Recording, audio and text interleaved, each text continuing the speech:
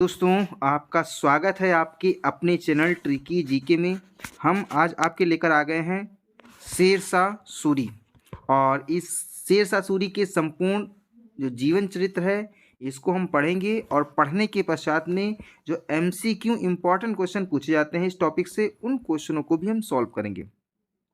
तो सबसे पहले हम क्या करेंगे, कोई भी क्वेश्चन छूटने ना पाए, इसीलिए सबसे पहले कहाँ से ये जो शेरशाह सूरी का प्रारंभ होता है, यानी जो सूरवंश का प्रारंभ कहाँ से होता है और कहाँ पर इनका अंत होता है, पूरी कहानी को हम अच्छी तरीके से पढ़ेंगे।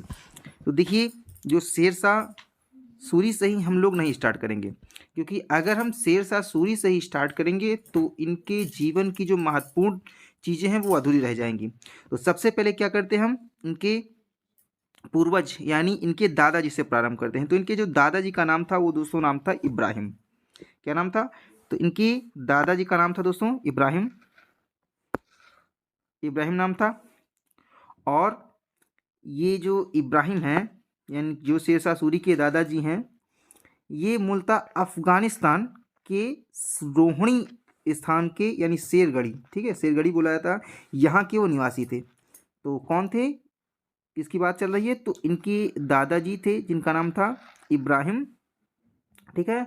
और जब बहलोल लोधी ने जब लोधी वंश की स्थापना की, यानी जब अफगान पहली बार भारत में आए, तो उन्हीं के साथ में इनके दादाजी यानी इब्राहिम भी आए। और बहलोल लोधी के शासनकाल में जब 1450 से लेकर के 88 तक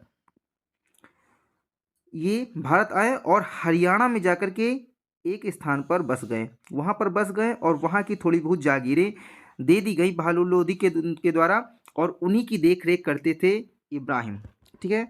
तो ये थोड़ी सी जानकारी हुई किसके बारे में, इब्राहिम के बारे में, जो कि कौन थे, वो थे शेरशाह सूरी के। अभी शेरशाह सूरी, इनका जो प्रारंभिक नाम था वो फरीद खां था, तो शेरशाह को हम अभी फरीद खां कहकर पुकारेंगे। और जब इनका नाम शेरशाह रखा जाएगा तब पढ़ेंगे, शेरशाह बोलेंगे, और उसके पश्चात में शेरशाह सूरी कब नाम पड़ा उसके बाद में एक जानकारी प्राप्त करेंगे।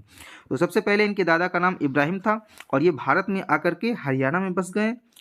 अगर हम बात करेंगे इनकी मृत्यु के बाद में, ठीक है, इनके पुत्र का नाम था हसन खां।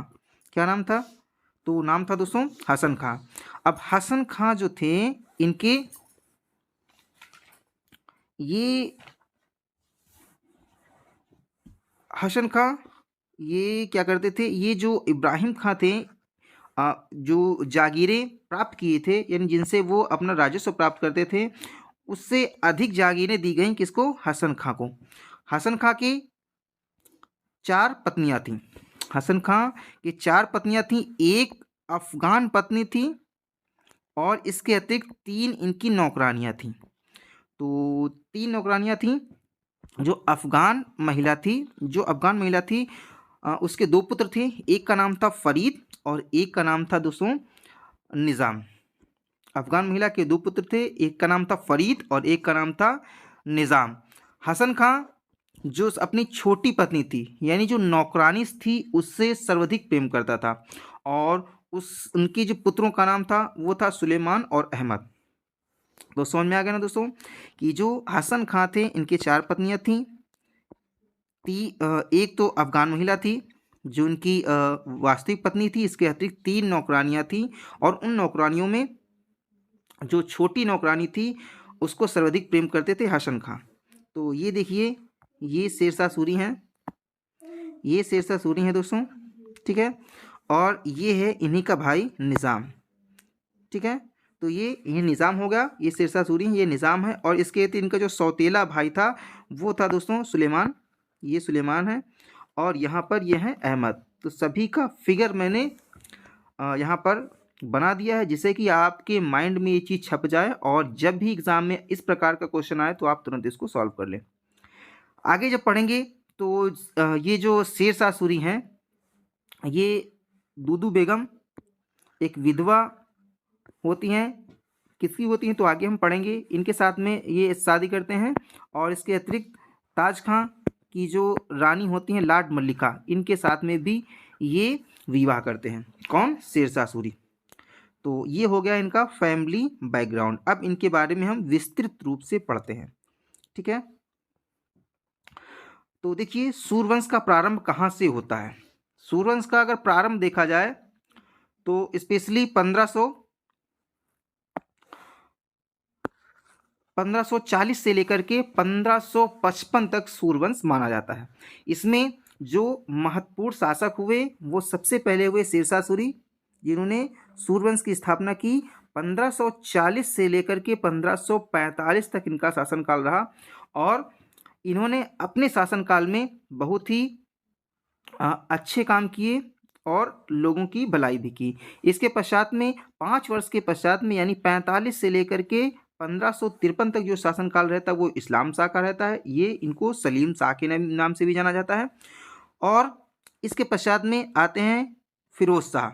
इसके अतिरिक्त भी जो धीरे धीरे शासन चलता रहता है और ये जो सूर्यवंश है वो 5 भागों में बढ़ जाता है। तो यहाँ पर मैंने इन चीज़ों को भी इंडिकेट कर दिया है। मुबारिज खां होते हैं, ये 1554 से लेकर 56 तक बिहार में अपना शासन करते हैं। ठीक है। इब्राहिम शाह ये 54 से 67 तक संभल और दोआब में शासन करते हैं। सिकंदर शाह दिल्ली और आगरा पर शासन करते हैं 56 तक। मोहम्मद खां बंगाल में और जो बाज बहादुर ये कहाँ होते हैं, मालवा में होते हैं। तो इस प्रकार से 5 भागों में सूर्यवंश बढ़ जाता है। ठीक है। तो आगे हम पढ़ते हैं। अब हम शेरशाह सूरी के जीवन चरित्र के बारे में पढ़ते हैं। ठीक है। तो यहाँ से कहानी स्टार्ट होती है। अभी तक आपने भूमिका थोड़ी सी पढ़ी, जिसमें मैंने जो शेरशाह सूरी है इनके फैमिली बैकग्राउंड के बारे में बात की। अब हम इनके बारे में बात करते हैं। तो जो सूर्यवंश है वो पहली चीज़ हमको कंफर्म हो गया कि 1540 से लेकर के 1555 तक चला। ठीक है। तो शेरशाह के जो बचपन का नाम था वो था दोस्तों फरीद खां। क्या नाम था? फरीद खां। याद रखना, काफ़ी बार क्वेश्चन ये आया हुआ है कि शेरशाह के बचपन का नाम क्या था। तो वो था दोस्तों फरीद खां। इनके पिता का नाम मैंने पहले ही बता दिया है, क्या था? हसन खां इनके पिता का नाम था। हसन खां सासाराम, ठीक है, सासाराम के एक छोटे से जमींदार थे। और ये जमाल खां, ठीक है, वहाँ के शासक थे, बिहार के शासक थे जमाल खां। जमाल खां ने ही हसन खां को सासाराम की कुछ जागीरें दी थी और इन्हीं जागीरों की देखरेख करते थे जमाल खां, जो कि जो शेर शाह है इनके पिताजी हैं। ठीक है। तो देखिए करेक्टर बढ़ रहे हैं। हसन खां के बाद में बिहार के शासक जुड़ गए हैं जिनका नाम है जमाल खां। ठीक है। अच्छा, थोड़ा जो शेर शाह सूरी है ना, इनके इस जन्म के बारे में भी थोड़ा सा मतभेद है। तो डॉक्टर KR कानूनगो, ये देखिए क्वेश्चन आया हुआ है इसीलिए इसको आपको ध्यान रखना है। डॉक्टर KR कानूनगो इन्होंने बताया कि जो शेरशाह सूरी हैं इनका जन्म हरियाणा प्रांत के नरनौल स्थान पर 1486 ईस्वी में हुआ था। ठीक है। वहीं पर परमात्मा शरण, ठीक है, ये दूसरे इतिहासकार हैं, इन्होंने कहा कि जो शेरशाह सूरी का जन्म हुआ है वो 1472 ईस्वी में हुआ है। तो आपको दोनों नाम याद कर लेना है। ठीक है। एक तो 1486 में, दूसरा क्या है 1472 में, परमात्मा शरण के अनुसार। ठीक है। अच्छा, अब देखते हैं पूरे शासनकाल में किस प्रकार से शासन रहता है। ठीक है। तो यहाँ पर देखिए मैंने पिक्चर के माध्यम से समझाने की कोशिश की है, जिससे कि ये जो चीज़ें हैं वो जैसे ही एक क्वेश्चन आए आपके माइंड में ये चीज़ छपी होनी चाहिए, और जिससे कि आप ये जो मैंने इंडिकेट कर दिया है सन वगैरह, इसको भी आपको सही से याद रखना है। तो यहाँ पर सबसे पहले बात करेंगे बाबर की, क्योंकि बाबर आता है और मुगल वंश की स्थापना करता है। तो बाबर 1526 से लेकर के जो शासनकाल रहता है वो 30 तक रहता है, और 1530 ईस्वी में ही बाबर की मृत्यु हो जाती है। और इनकी मृत्यु के पश्चात में इनका जो पुत्र होता है वो हुमायूं, वो गद्दी पर बैठता है। हुमायूं 1530 से लेकर के 40 तक अनेक युद्ध करता है, और उसके पश्चात में एक युद्ध में ये हार जाता है, किसे? शेरशाह सूरी से। और शेरशाह सूरी का जो समय रहता है, समय टाइम पीरियड रहता है वो 1540 से लेकर के 45 तक रहता है। इसके पश्चात में इस्लाम शाह आते हैं, फिर फिरोज शाह आते हैं। ठीक है। और इसके बीच में भी छोटे छोटे राजा होते हैं। और उसके पश्चात में यहाँ पर थोड़ा सा सन मिस्टेक हो गई है, तो 1500 बात करेंगे। 1555 ईस्वी में एक बार फिर से हुमायूं आता है और मुगल वंश की पुनः स्थापना कर देता है। तो इस प्रकार से ये चीज़ें आपको याद रखनी है कि किस शासन ने कितने वर्ष तक शासन किया, ठीक है, किस शासक ने कितने वर्ष तक शासन किया। तो इसमें सबसे पहले बाबर, हुमायूं, फिर शेरशाह आते हैं, फिर इस्लाम शाह, फिरोज शाह और उसके पश्चात में हुमायूं फिर आ जाते हैं। अब थोड़ा सा आगे बढ़ते हैं और देखते हैं। तो सूर्यवंश जो 1540 से लेकर के 55 तक चला, तो इसमें मेन पॉइंट एग्जाम में क्या आता है, उन चीज़ों को मैंने क्या किया, इंडिकेट कर दिया, यानी उनको मैंने डार्क कर दिया, बोल्ड कर दिया, जिससे कि वो चीज़ें आपको हमेशा के लिए याद हो जाए। तो शेरशाह सूरी के पिताजी का नाम हसन खां था, जो कि सासाराम के जमींदार थे। इनकी मैंने बता दिया है कि 4 पत्नियां थीं, और उनकी जो 4 पत्नियां थी, उनकी जो छोटी वाली पत्नी थी, जो नौकरानी थी, उनके जो पुत्र थे, वो जो थे वो हमेशा फरीद खां कौन है, ये है बचपन का नाम शेरशाह सूरी का। तो इनसे हमेशा सौतेला व्यवहार होता था, जिसके कारण ये परेशान हो गए, और उसके पश्चात में ये बचपन में ही नाराज होकर जौनपुर चले आए, और जौनपुर उस समय शिक्षा का केंद्र हुआ करता था, ठीक है। सबसे जो परिचित स्थान था वो जौनपुर था, यहीं पर चले आए और यहीं पर उन्होंने अनेक भाषाओं का अध्ययन किया, युद्ध शास्त्र का भी वहाँ पर अध्ययन किया, और वहीं पर इन्होंने शिक्षा प्राप्त की। कब? 1520 ईस्वी में इन्होंने शिक्षा प्राप्त की।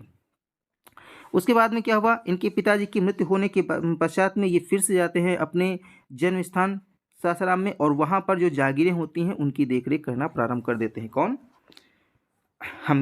फरीद खां दोस्तों, ठीक है। अपने सौतेले भाइयों से विवाद हो जाने के कारण इनका विवाद हो जाता है अपने भाइयों से, और उसके पश्चात में ये क्या करते हैं, वो स्थान छोड़ करके चले जाते हैं। एक सूबेदार होते हैं दक्षिण बिहार के सूबेदार, जिनका नाम होता है बहार खां लोहानी, इनके यहाँ चले जाते हैं और इनके यहाँ क्या कर लेते हैं, नौकरी कर लेते हैं। तो देखिए जो शेरशाह हैं वो कहाँ पर पहुँच गए हैं, अब पहुँच गए हैं बहार खां लोहानी के यहाँ, जो कि दक्षिण बिहार के एक सूबेदार हैं। एक दिन क्या हुआ, जो बहार खां लोहानी है और उनका पुत्र जिसका नाम था जलाल खां, ठीक है, तो खान भी आपको खां याद रखना, जलाल खां, उसे जलाल खां खान भी कहा जाता है, लेकिन जलाल खां याद रखना। तो एक दिन क्या हुआ, जो बहार खां लोहानी है और उनका पुत्र जलाल खां, ये सब क्या होते हैं, फरीद में साथ में फरीद भी, ये जंगल में शिकार करने के लिए जाते हैं, और अचानक वहाँ पर क्या होता है, एक शेर इन पर हमला कर देता है। फरीद खां बहादुरी से क्या करते हैं, एक ही बार में, यानी एक ही बार में क्या करते हैं, वो उस शेर को मार देते हैं, ठीक है। और इससे क्या होता है, जो बहार खां लोहानी होते हैं वो बहुत प्रसन्न हो जाते हैं, और इनको अपने दरबार में आने के पश्चात में इनको शेर शाह की उपाधि प्रदान करते हैं, यानी इनको शेर खां कहने लगते हैं, ठीक है। तो अब फरीद से अब इनका नाम क्या पड़ गया, शेर खां पड़ गया, फरीद से शेर खां, ठीक है। तो इनका इस प्रकार से शेर खां नाम पड़ता है। बहार खां लोहानी शेर खां की मदद से मोहम्मद शाह के नाम से दक्षिण बिहार का स्वतंत्र शासक बन जाता है। तो ये जो शेरशाह सूरी है बहुत ही टैलेंटेड होता है, जिसके कारण क्या होता है, ये सहायता करता है किसकी, बहार खां लोहानी की। और बहार खां लोहानी एक अपना मोहम्मद शाह के नाम से क्या करते हैं, ये अपना स्वतंत्र शासक बन जाते हैं, कहाँ, दक्षिण बिहार के। लेकिन क्या होता है, क्योंकि जो शेरशाह है इसकी जो शक्तियां हैं धीरे धीरे बढ़ रही थी, जिसके कारण इनके जो अन्य जो ये होते हैं बहार खां लोहानी, इनके जो अन्य सरदार होते हैं ये षड्यंत्र करने लगते हैं।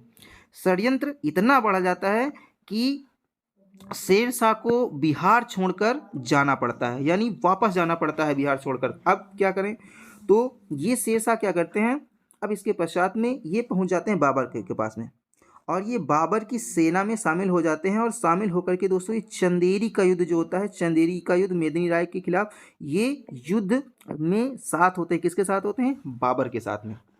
तो देखिए किस प्रकार से वो जो शेरशाह सूरी हैं वह धीरे धीरे उसको युद्ध का और जो शासन चलाने का ज्ञान धीरे धीरे हो रहा है। अब वो किसके पास में पहुंच गया, बाबर की सेना में शामिल हो जाता है। तो 1528 ईस्वी में बहार खां लोहानी की मृत्यु हो जाने के बाद में उनकी जो विधवा होती है, जिनका नाम होता है दूदू बेगम, क्या नाम होता है दोस्तों, तो दूदू बेगम, याद रखना, क्वेश्चन आया हुआ है। तो बहार खां लोहानी की अचानक जब मृत्यु हो जाती है तो उनकी विधवा होती है दूदू बेगम। उनके साथ में शेरशाह क्या करता है, निकाह कर लेता है, यानी शादी कर लेता है उनके साथ में, और उनका जो अल्पवयस्क पुत्र होता है जिसका नाम होता है जलाल खां, उसका संरक्षक बन जाता है। कौन बन जाता है दोस्तों, तो शेर खां बन जाता है। तो किस प्रकार से देखिए, एक नौकर होकर के, नौकर हो था पहले, लेकिन अपनी जो शक्ति के अनुसार, अपने विचार के अनुसार, अपने जो है बहादुरी के अनुसार, वह धीरे धीरे क्या एक शासक बनने की कला उसमें आ जाती है और वो एक शासक बन जाता है। तो अभी वो क्या जलाल खां के संरक्षक के रूप में वो नियुक्त किया करता है। उसके पश्चात में क्या होता है कि जो कुछ समय के पश्चात में जो दूदू बेगम होती है, इनकी मृत्यु हो जाती है और इनकी मृत्यु के पश्चात में शेरशाह दक्षिण बिहार का शासक बन जाता है। तो अब शेरशाह क्या बन गया, दक्षिण बिहार का शासक बन गया है। इसकी जो शक्तियां हैं वो बढ़ गई हैं। फिर इसके पश्चात में ये क्या करता है, यानी 28 मई 1528 में ही चंदेरी के युद्ध में आपको पहले बताया गया कि बाबर की सेना में शामिल होता है। लेकिन 1529 ईस्वी में जब बाबर आक्रमण करता है महमूद लोदी पर, तो महमूद लोदी क्या है दोस्तों, ये भी एक अफगान होता है। ठीक है, तो इसी कारण क्या होता है कि 1529 ईस्वी में शेरशाह ने बंगाल के शासक नुसरत शाह को, यानी यहाँ पर देखिए वो महमूद लोदी के साथ में शामिल हो जाता है। कब, 1528 में। पहले किसके साथ में होता है, चंदेरी के युद्ध में बाबर के साथ में होता है, लेकिन 1529 ईस्वी में वो महमूद लोदी का साथ देता है। 29 में ही शेरशाह बंगाल के शासक जो नुसरत शाह हैं उनको पराजित करता है और एक उपाधि धारण करता है जो कि एग्जाम में काफ़ी बार आया हुआ है, आपको याद रखना, हजरत आला। हजरत आला ये शेरशाह को कहा जाता है। और कब ये उपाधि धारण की थी, तो जब बंगाल के शासक नुसरत शाह को हराता है। इसके पश्चात में वो आगे बढ़ता हुआ जब 1530 ईस्वी में चुनार पर आक्रमण करता है। 1530 ईस्वी में उसने चुनार के किले पर जब आक्रमण किया, तो उसके पश्चात में ताज खां की विधवा होती हैं लाड मल्लिका, इनके साथ में वो विवाह करता है और चुनार के किले पर अधिकार कर लेता है। ठीक है, तो अब जो चुनार का किला होता है वो भी किसके अंडर में आ जाता है, वो शेर खां के अंडर में आ जाता है और धीरे धीरे शेर खां की शक्तियाँ बढ़ती रहती हैं।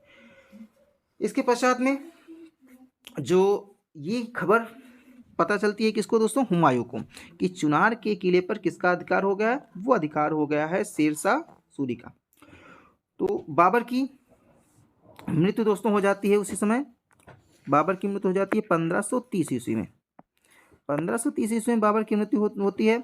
और बाबर जो होता है वो पहले से ही दोस्तों चेतावनी दे देता है। किसको चेतावनी देता है, हुमायूं को। हुमायूं को पहले ही बता देता है कि आप शेरशाह से होशियार रहना, क्योंकि वो समझ जाता है और कहता है कि जो शेरशाह है इसके मस्तक पर राजत्व की चमक दिखाई देती है, इसीलिए आप हमेशा इसे सतर्क रहना।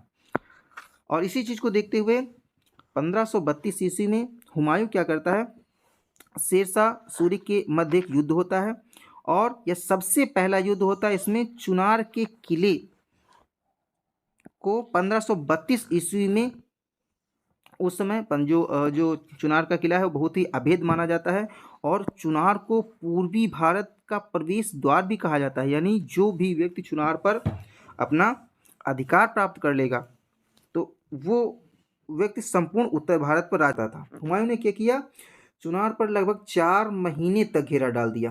और दोस्तों ये घेरा होता क्या था, तो पहले के जो शासक होते थे, जो राजा होते थे, वो अपने क्षेत्र में कहीं ना कहीं किला बनवाते थे और उस किले में अपने परिवार के लोगों को ठहराया जाता था तथा जो भी अधिकारी वर्ग होते थे, जो सैनिक वर्ग होते थे, उनको उसमें रखा जाता था। जब कोई भी राजा दूसरे राज्य पर आक्रमण करता था तो सभी जो अधिकारी हैं, जो राजा के परिवार के लोग हैं, वो उस किले में जो किले के अंदर हो जाते थे और उस किले के दरवाजों को, गेटों को बंद कर दिया जाता था।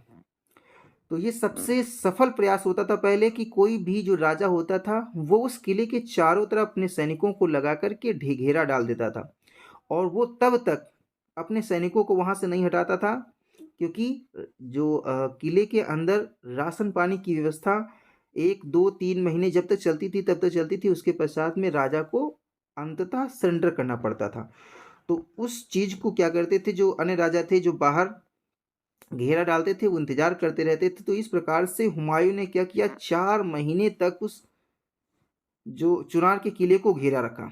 अंततः क्या हुआ, जब राशन पानी की समस्या होने लगी किले के अंदर, तो शेर खां था वह हुमायूं के के पास में आया और समझौता कर लेता है कि ठीक है, अब मुझे आप छोड़ दीजिए और मैं आपकी अधीनता को स्वीकार करता हूँ। तो इस प्रकार शेर खां जो होता है वो अधीनता स्वीकार कर लेता है, लेकिन हुमायूं भी चालाक होता है। वो कहता है नहीं, ऐसे नहीं, मैंने तो यहाँ पर 4 महीने बिताए हैं और मैंने काफ़ी धन भी यहाँ पर खर्च किया है। इसीलिए वो क्या करता है, हार जाना लेता है और कहता है कि अब जो चुनार का जितना भी क्षेत्र है वहाँ से आप कर के रूप में हमें जो पैसा है वो भेजते रहोगे, समझौते के तौर पर कि दोबारा कभी भी आप ये गलती ना करो या समय से कर पहुंचाते रहना। इस चीज़ को देखते हुए शेर खां के पुत्र का नाम होता कुतुब खां, कुतुब खां को वो अपने साथ में लेकर जाता है। कौन लेकर जाता है? हुमायूं की, जिससे कभी भी ये शेर खां जो है दोबारा गद्दारी ना करे। इसीलिए उसके पुत्र कुतुब खां को साथ में लेकर जाता है। इसके साथ साथ में कुछ अफगान टुकड़ियों को भी अपने साथ में लेकर जाता है, क्योंकि वो जो गुजरात की राजस्थान गुजरात पर आक्रमण करना चाहता है, अतः यहाँ से कुछ सैनिक टुकड़ियों को भी अपने साथ में लेकर जाता है। अब चुनार के किले पर लगभग अधिकार हुमायूं का हो जाता है। हुमायूं लेकिन हुमायूं क्या करता है, शेर खां को वो अधिकार दे देता है, यानी उसके अधिकार में ही वो चुनार का किला छोड़ देता है और वह गुजरात के शासक बहादुर शाह, है ना, बहादुर शाह के से युद्ध करने के लिए व्यस्त हो जाता है। तो अभी जो चुनार का किला है वो किसके अंडर में आ गया है? वो शेर खां के अंडर में आ गया है, लेकिन इसका जो पुत्र है कुतुब खां वो चला गया है हुमायूं के साथ में। कहानी आगे बढ़ती है और धीरे धीरे क्या होता है, जो चुनार पर जो शेर खां का जो राज था वो क्या करता है, कर देना बंद कर देता है। अंततः क्या होता है, फिर से हुमायूं सोचता है, जैसे ही कर पता चलता है कि वहां से कर नहीं आ रहा है, तो 1537 ईस्वी में क्या करता है, हुमायूं फिर से आक्रमण कर देता है। तो हुमायूं जब पश्चिम दिशा में युद्ध करने में व्यस्त था, उसी समय क्या हुआ, शेर शाह क्या करता है, बिहार पर फिर से अपना आधिपत्य स्थापित कर लेता है। धीरे धीरे वो बढ़ता हुआ बिहार पर क्या करता है, अपना आधिपत्य स्थापित कर लेता है। कौन? शेर शाह सूरी। जो शेर खां होता है वो सूरजगढ़ से युद्ध के बदले में बंगाल के शासक, है ना, ये बंगाल के शासक होते हैं उस समय, गयासुद्दीन मोहम्मद शाह, इसको पराजित करता है और 13 लाख दिनार की अतुल्य संपत्ति प्राप्त करता है। कौन? शेर खां। और इससे क्या होता है, उसका मनोबल और बढ़ जाता है और सैनिकों का वो इजाफा करता है। और ये चीज देख करके हुमायूं क्या करता है, 1537 ईस्वी में हुमायूं ने दूसरी बार फिर से घेरा डाल दिया। फिर क्या करता है, वो घेरा डाल देता है। कौन? हुमायूं। पहली बार चुनार पर घेरा डाला था 4 महीने के लिए, इस बार क्या करता है, वो 6 महीने के लिए घेरा डाल देता है। और इस समय जो शेर शाह होता है, जो शेर खां होता है, वो कहाँ होता है? बंगाल में होता है। इस समय शेर खां बंगाल में था और उसका पुत्र जो कुतुब खां, जो कि पिछली बार हुमायूं अपने साथ में जिसको लेकर गया था, वो क्या करता है, 6 महीने किसी भी प्रकार से वो रोके रखता है हुमायूं को। लेकिन अंततः क्या होता है, हुमायूं कूटनीति एवं अपने कुशल नेतृत्व के द्वारा अपने साथ में वो 2 तोपची को लेकर आता है। इसका नाम था रूमी खां। रूमी खां से क्या करता है, वो गोले दगवाने लगता है उसकी दीवारों पर। अंततः क्या होता है, बहुत प्रयत्न करने के बाद में उसका जो है किले पर कब्जा हो जाता है। तो इन्हीं 6 महीनों के दौरान लेकिन शेर खां क्या करता है, बंगाल अभियान में सफलता प्राप्त कर लेता है और वह गौड़ पर अधिकार कर लेता है। पश्चिम बंगाल का बहुत ही शक्तिशाली क्षेत्र होता है गौड़, और उस पर अधिकार हो जाता है किसका? शेरशाह सूरी का। क्योंकि यहाँ पर जब हुमायूं यहाँ पर व्यस्त था तो बंगाल की ओर चला गया था और वहाँ पर वो जो छोटे छोटे राजा हैं उनसे युद्ध करके अधिक संपत्ति प्राप्त करता रहता है और अपने खजाने को क्या करता है, वो एक किला होता है जिसका नाम होता है रोहतास का किला, इस रोहतास के किले में खजाने को जमा करता रहता है। जैसे ही ये चीज पता चलती है हुमायूं को, तो हुमायूं का चुनार पर तो अधिकार हो ही जाता है। अब वो बढ़ता है हुमायूं किधर? बंगाल की ओर। 1538 ईस्वी में हुमायूं ने बंगाल पर भी आक्रमण कर दिया और राजधानी जो कि गौड़ किसके अंदर में थी? शेर खां के अंदर में थी, उस गौड़ पर अपना अधिकार कर लेता है। अब शेर खां क्या करता है, वहां से भागता है। इस समय आगरा में क्या होता है, जो हुमायूं का एक भाई होता है इसका नाम तो हिंदाल, हुमायूं का भाई हिंदाल, इसने अपना कब्जा देखा कि जो हुमायूं है वो बंगाल चला गया है, तो ऐसी स्थिति में वो क्या करता है, उसका भाई हिंदाल होता है, वो शासक बन जाता है आगरा का, और अपने आप को स्वतंत्र शासक घोषित कर लेता है। कहाँ का? आगरा का। और अंततः क्या होता है, ये बात जैसे ही हुमायूं को पता चलती है, वो बंगाल से जल्दी जल्दी रवाना होता है, यानी आगरा की ओर कूच करता है, क्योंकि आगरा उस समय क्या था, आगरा राजधानी थी, जो मुगलों की राजधानी आगरा थी, आगरा और दिल्ली। तो ये बहुत इंपॉर्टेंट क्षेत्र था, इसीलिए जो हुमायूं होता है वो आगरा की ओर कूच करता है। लेकिन बंगाल से वापस लौटते समय बक्सर के निकट चौसा नामक स्थान पर 26 जून 1539 ईस्वी को शेर खां और हुमायूं के बीच युद्ध होता है, और इस युद्ध में क्या होता है, शेर खां जीत जाता है और हुमायूं हार जाता है। तो यहाँ पर क्या करता है, जो शेर खां होता है वो कूटनीति की चाल चलता है, किसी भी प्रकार से वो क्या करता है, हुमायूं को रोके रखता है। और तब तक क्या होता है, बारिश का मौसम यानी बरसात का मौसम आ जाता है, कहाँ? बिहार में। तो बिहार में कर्मनाशा नदी के पास में बहुत ही भीषण जो कि बाढ़ आई होती है, उसी के किनारे रोक लेता है, किसको? हुमायूं को। और फिर क्या करता है, अचानक हमला कर देता है। अचानक हमला जब कर देता है रात में, यानी वो जो हुमायूं के सैनिक हैं वो सब अपना डेरा डाल करके रात में विश्राम कर रहे होते हैं, और ये अचानक क्या करता है, ये आक्रमण कर देता है। हुमायूं के जो सैनिक हैं वो डर जाते हैं, और सैनिकों में भगदड़ मच जाती है। बहुत से सैनिक नदी में कूदकर अपनी जान गंवा देते हैं, और बहुत से सैनिकों को शेरशाह सूरी के जो सैनिक होते हैं वो काट डालते हैं। तो ऐसी स्थिति में हुमायूं भी अपनी किसी तरह से जान बचाकर नदी में कूद जाता है, और एक भिश्ती होता है जिसका नाम होता है निजाम। निजाम नामक एक भिश्ती क्या करता है, हुमायूं की किसी प्रकार से जान बचाता है, और आगे चलकर जब हुमायूं पुनः भारत आता है तो उसे एक दिन का बादशाह बनाता है। किसको? निजाम भिश्ती को, है ना, क्योंकि इसने क्या किया था, जान बचाई थी किसकी? हुमायूं की। तो एक दिन का बादशाह बनाता है, और इसी एक दिन में क्या करता है, वो निजाम क्या करता है, चमड़े के सिक्के चलवा देता है।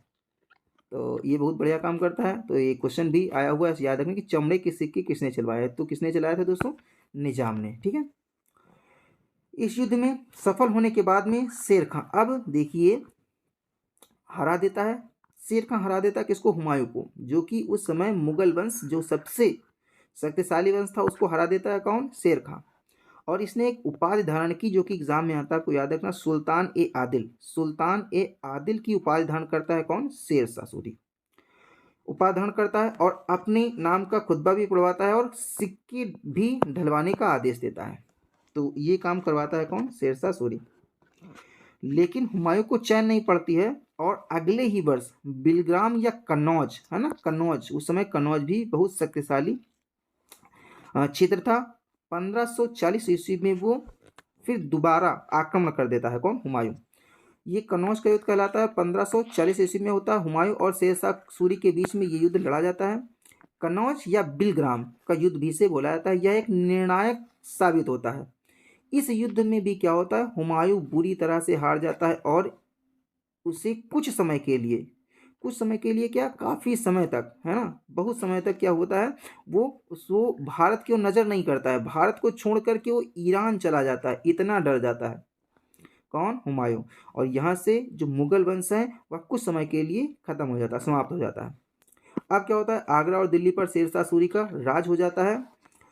हुमायूं को हराने के बाद में शेरशाह ने सुल्तान की उपाधि धारण की। ठीक है। तो शेरशाह क्या बन जाता है दोस्तों? सुल्तान की उपाधि धारण करता है।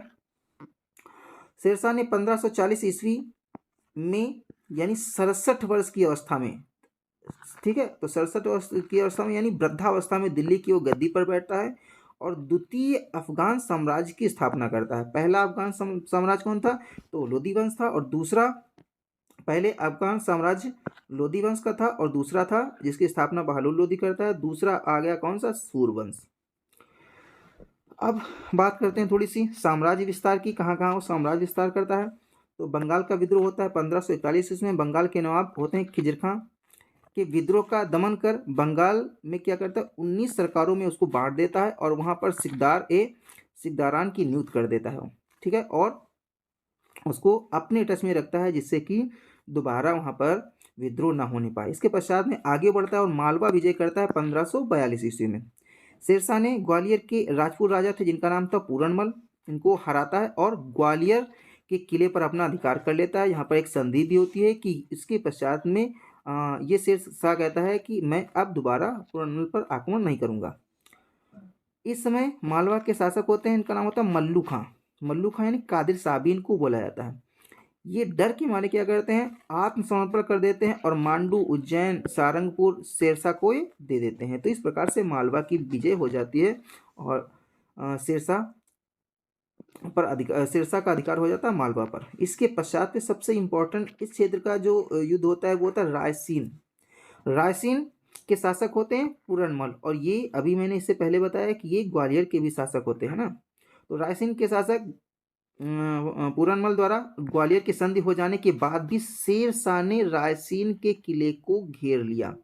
ठीक है, जबकि संधि हो गई थी, पहले ही संधि हो गई थी कि अब मैं कभी भी तुम पर आक्रमण नहीं करूंगा, लेकिन फिर भी संधि का उल्लंघन करते हुए जो शेरशाह होते हैं वो रायसीन के किले पर घेरा डाल देते हैं। कई महीनों तक घेरा चलता रहता है लेकिन सफलता उसे नहीं मिलती, किसे, शेरशाह को। अंततः क्या होता है, जो शेरशाह सूरी होता है इसको संधि करनी पड़ती है। तो ये कहता है कि ठीक है, आप आत्मसमर्पण कर दो, यदि, किसे कहता है, पूरनमल से, तो मैं किसी भी प्रकार से आपको हानि नहीं पहुंचाऊंगा। लेकिन शेरशाह ने क्या किया, अचानक जैसे ही वो आत्मसमर्पण कर देते हैं पूरनमल, उसके बाद ये क्या करते हैं, अचानक आक्रमण बोल देते हैं। कौन, शेरशाह। जिसके कारण क्या होता है अच्छा, ये भी क्या होता है, इसमें कुछ जो वहाँ के मुस्लिम सैनिक हैं विद्रोह कर देते हैं, जिसके कारण इनको ये काम करना पड़ता है। अंततः क्या होता है, पूरनमल और उनके सिपाही बहादुरी पूर्वक लड़ते हुए वीरगति को प्राप्त करते हैं। इस विश्वासघात के कारण इनका एक सैनिक होता है, विश्वास पात्र सैनिक होता है कुतुब खां। इनकी इस विश्वासघात के कारण जो कुतुब खां आत्महत्या कर लेता है। इतिहासकार ने शेरशाह द्वारा किए गए इस अपमानजनक व्यवहार से इसको इस इतिहास में भी काला धब्बा की संज्ञा दी है। तो ये इस जो शेरशाह के जीवन में सबसे बुरी चीज़ थी कि उनको जो है इसने इस युद्ध ने इनको इनके चरित्र पर एक प्रश्न चिन्ह लगा दिया था और इनके इस कार्य के द्वारा इनको इतिहास में भी काला धब्बा की संज्ञा दी गई। तो इस युद्ध में कुतुब खां कौन होते हैं, कुतुब खां इनका पुत्र होता है जो क्या करता है, आत्महत्या कर लेता है। साम्राज्य विस्तार, इसमें क्या, मारवाड़ विजय होती है। मारवाड़ के शासक होते हैं मालदेव, इनको भी, ये भी एक शक्तिशाली राजा होते हैं जिसे जीतने के लिए शेरशाह को बहुत सी समस्याओं का सामना करना पड़ता है।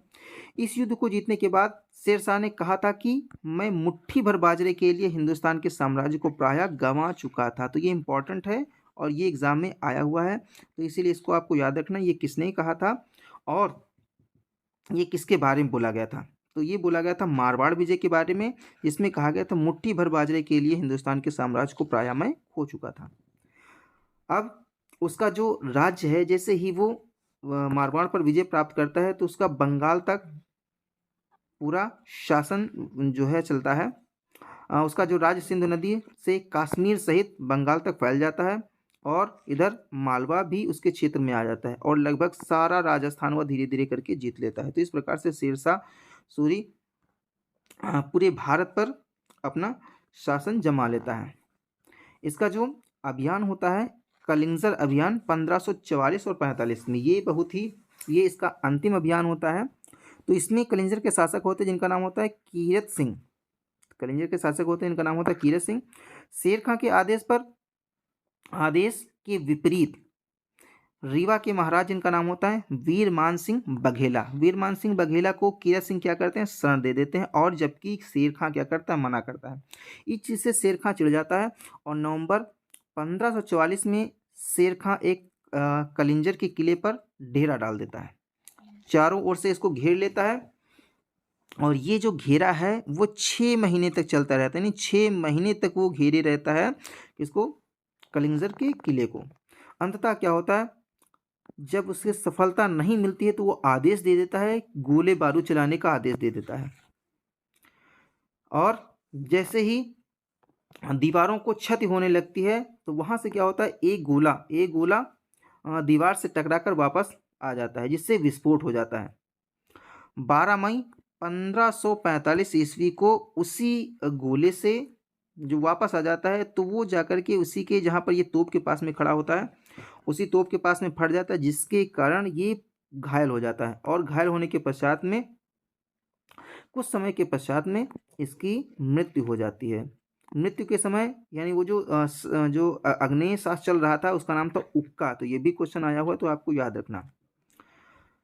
तो इस प्रकार से जो शेरशाह सूरी है उसका अंत हो जाता है, और लेकिन वो कलिंजर अभियान जीत लेता है। तो इस प्रकार से जो शेरशाह सूरी है वो कलिंजर अभियान भी सफल उसका हो जाता है, और उसको संपूर्ण भारत पर उसका लगभग कुछ क्षेत्रों को छोड़कर संपूर्ण भारत पर उसका राज हो जाता है।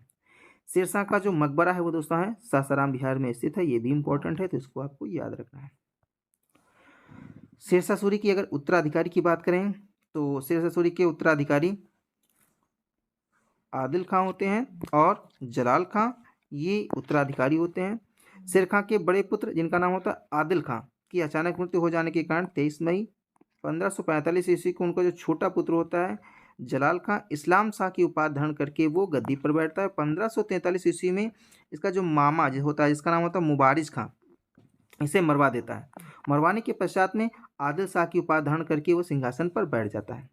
ठीक है, उसके पश्चात में अब सरहिंद का युद्ध होता है, और इस युद्ध के पश्चात में 1555 ईस्वी में युद्ध होता है और सूर साम्राज्य का अंत हो जाता है। कैसे अंत होता है इसको हम पढ़ लेते हैं। इब्राहिम खान सूर दिल्ली पर आक्रमण करके अधिकार कर लेता है और इब्राहिम शाह की उपाधि धारण करता है। ठीक है, इसके परिणामस्वरूप आदिल शाह चुनार को अपनी राजधानी बनाकर पूर्व में स्थापित कर लेता है। तो आदिल शाह कौन था दोस्तों, तो ये मुबारिज खां था, इसका नाम था आदिल शाह। पंजाब के सूबेदार होते हैं जिनका नाम होता है अहमद खां, ने इब्राहिम खां पर आक्रमण कर दिया और दिल्ली और आगरा छीन लिया और सिकंदर शाह की उपाधि धारण की। सूरवंश अब 3 भागों में बढ़ गया था, और इसी का लाभ उठाकर हुमायूं ने क्या किया, सरहिंद का युद्ध लड़ा, और इस युद्ध में एक बार फिर से हुमायूं जीत जाता है, विजयी होता है, और सूरवंश को उखाड़ फेंकता है। वो 1555 ईस्वी में मुगल साम्राज्य एक बार फिर पुनः स्थापित हो जाता है, और हुमायूं आगरा को अपनी राजधानी बनाता है। तो इस प्रकार से 15 सरहिंद युद्ध के बाद में 1555 ईस्वी में सरहिंद का युद्ध होता है, और उसके पश्चात में हुमायूं यानी मुगल वंश फिर से भारत में अपने पैर जमा लेते हैं। तो भू राजस्व व्यवस्था, शेरशाह ने किसी योग्य भूमि को 3 श्रेणियों में बांट रखा था, एक उत्तम, मध्यम और निम्न श्रेणी। गज ए सिकंदरी भूमि की नाप की पैमाइश प्रारंभ करवाई। भू राजस्व व्यवस्था जो रखी गई थी 1/3 निर्धारित की गई थी, जिसे जाप्ती प्रणाली के नाम से भी जाना जाता था। 3 प्रकार के महत्वपूर्ण करों को लगाया गया था। पहले का नाम था खिराज, जरीबाना और महासिलाना। शेरशाह जो सूरी था वो अलग अलग किस्मों के यानी अलग अलग किस्मों पर फसलों के आधार पर उत्पादन का 1/3 भाग कर के रूप में वसूल करता था। भूमि की माप की जाए तो एक सर्वेक्षण शुल्क होता था जो कि 2.5% लिया जाता था, जिसको कहते थे जरीबाना। महासिलाना एक राजस्व अधिकारियों यानी कर संग्रह शुल्क था, ये उपज का 5% लिया जाता है। तो ये इंपॉर्टेंट है, इसको आपको याद रखना क्योंकि एग्जाम में आया हुआ क्वेश्चन है। न्याय व्यवस्था की बात करेंगे तो न्याय व्यवस्था के लिए ये शेरशाह सूरी एक न्यायप्रिय शासक था। इसने दीवानी मामलों के लिए एक मुंसिफ तथा मुंसिफ ए मुंसिफान ये एक जो है पद रखा था। फौजदारी मुकदमों के लिए ये सिकदार ए सिकदारान की नियुक्ति इसने की कर रखी थी, और काजी क्या करते थे, जो असैनिक मुकदमे होते थे वो काजियों के द्वारा सुलझाया जाता था, और गांव में जो होते थे वो ग्राम पंचायत के द्वारा ये मुकदमों का निपटारा किया जाता था। तो इस प्रकार की थी न्याय व्यवस्था। सड़कें एवं सराय की बात करेंगे तो शेरशाह सूरी ने अनेक सार्वजनिक कार्य किए, अनेक सड़कों का निर्माण करवाया और उनकी मरम्मत करवाई, यात्रियों के ठहरने के लिए सरायों का निर्माण कराया। लेकिन सबसे जो प्रसिद्ध हैं वो क्या है, सड़कें हैं, कौन कौन सी हैं, वो 4 सड़कें हैं जिन्हें कहा जाता है सड़क ए आजम। सड़क ए आजम जिसे जीटी रोड के नाम से भी जाना जाता है। जीटी रोड किसने कहा, तो ये ऑकलैंड थे, ठीक है, तो ऑकलैंड के द्वारा कहा गया है, जीटी रोड उसे नाम दिया गया था। सोनार गांव से प्रारंभ होकर के ये दिल्ली, लाहौर होती हुई पंजाब में अटक तक ये जाती है। कौन है, सड़क ए आजम। दूसरी जो महत्वपूर्ण है वो आगरा से बुरहानपुर जाती है। तीसरी जो है आगरा से जोधपुर होते हुए चित्तौड़ तक पहुंचती है। और चौथी जो सड़क है वो लाहौर से लेकर मुल्तान तक पहुंचती है। तो ये दोस्तों शेरशाह सूरी का संपूर्ण चरित्र, जिसमें मैंने न्याय व्यवस्था की बात की, सड़कों की बात की। ये वीडियो आपको कैसा लगा? अगर आपको वीडियो अच्छा लगा हो तो कमेंट के माध्यम से अवश्य बताएं। और अभी तक मेरा अगर चैनल आपने सब्सक्राइब नहीं किया है तो प्लीज़ और प्लीज़ चैनल को सब्सक्राइब कीजिए। मिलते हैं अगली वीडियो में जिसमें हम बात करेंगे अकबर की। ठीक है, तो अपना कीमती समय देने के लिए धन्यवाद।